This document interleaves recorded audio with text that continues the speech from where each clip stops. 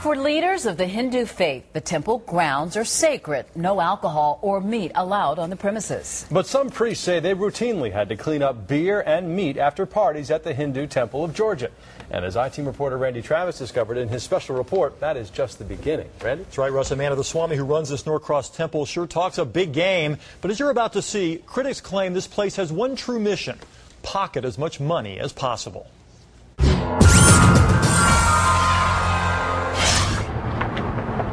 Before you enter the Hindu Temple of Georgia, you must leave your shoes outside. But on the inside, wallets are always welcome. How you want to do this? Well, I don't have any money on me now. That's fine. You can pay through credit card. The I-Team took a hidden camera inside this Norcross Temple to ask about renting the huge auditorium for a family reunion. The ad in the official Temple magazine said rentals started at $499. It wound up being just a little bit more. It will be around $4,000 to $5,000. $4,000 to $5,000 for the evening. Yeah. Critics claim the temple operates as a money-making business for its Swami, or religious leader. His name is Annamalai Annamalai, but he goes by Dr. Commander Selvam. He drives expensive cars, lives in a heavily mortgaged $1 million mansion, and charges thousands of dollars to help people overcome life's biggest problems by selling prayers or pujas over the telephone. But even some of his priests are now giving Dr. Commander a new title: King of Greed. If a person comes to the temple, his first motive is how to get money from that guy. These two priests once worked at the Hindu Temple of Georgia. They came from India last year, excited with the chance to work with a holy man. The excitement quickly evaporated. He is self-proclaimed. So they filed a complaint with Gwinnett Police, hoping to put a stop to what they say they witnessed: the Swami swiping credit cards multiple times, overcharging people who called to ask for his blessings.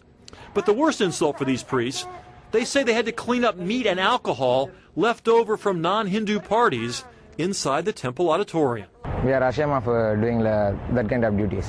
Meat and alcohol are serious issues among most Hindus, especially in a temple. Temple should be free of all these things. Even the building the temple is in? Even the building the temple is in, even the premises of the temple, no smoking, no alcohol, no meat, no questions. So when the I-Team showed up to ask about renting the auditorium, we made it clear our one-night family reunion would involve lots of alcohol and piles of barbecue. Could we cook it outside and bring it in, or? You can cook it outside and you can bring it. But we didn't just ask the temple's chief priest, Sharma.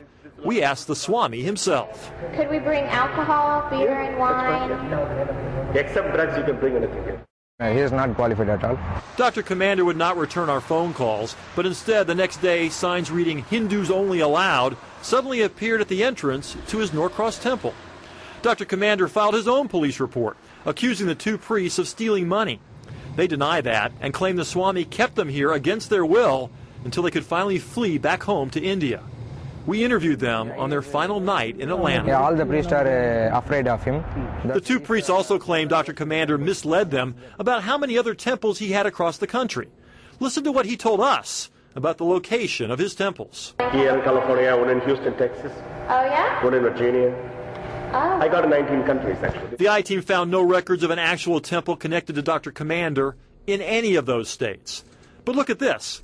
In his October 2007 magazine, Dr. Commander announced the grand opening of the Hindu Temple of West Georgia in Carrollton, including a line under this impressive picture thanking the Swami for dedicating this temple for us. But if you actually drive out here to Carrollton, this is what the temple really looks like. A couple of vacant buildings on a piece of land that no one seems to have cared about for quite some time.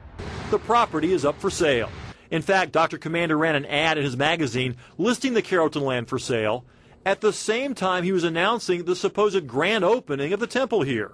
He borrowed heavily to buy this land, just as he did his mansion in the Sugarloaf Country Club. Back inside the Norcross Temple, the chanting continues. Pujas, prayers for a price. You can give some donation. Oh, I don't have. Do you have? I think it's in the car. My wallet's in the car. And that was a good decision. Now I want to show you what one follower says she got from Dr. Commander. She had severe stomach pain, so she says he sent her this: sand taken from a cobra's pit while he says the cobra was still in there. Now, she was supposed to rub the sand on her stomach twice a week with a wet cloth, then rub some of this stuff. Not quite sure what this is. It's a sort of jelly material here. And for this and some prayers, she says she paid or was charged $13,000. She is fighting now. She's complaining to the Better Business Bureau, hoping they can help get back her money. He says this was a holy secret recipe. Did she feel better? No, she's actually sicker, to be honest with you, Amanda. that's By the sad. way, Dr. Commander faxed over another statement to us late this afternoon denying any credit card problems there at his temple. We'll have his full letter posted on my blog on myfoxatlanta.com tonight. A lot of reaction there already. Absolutely.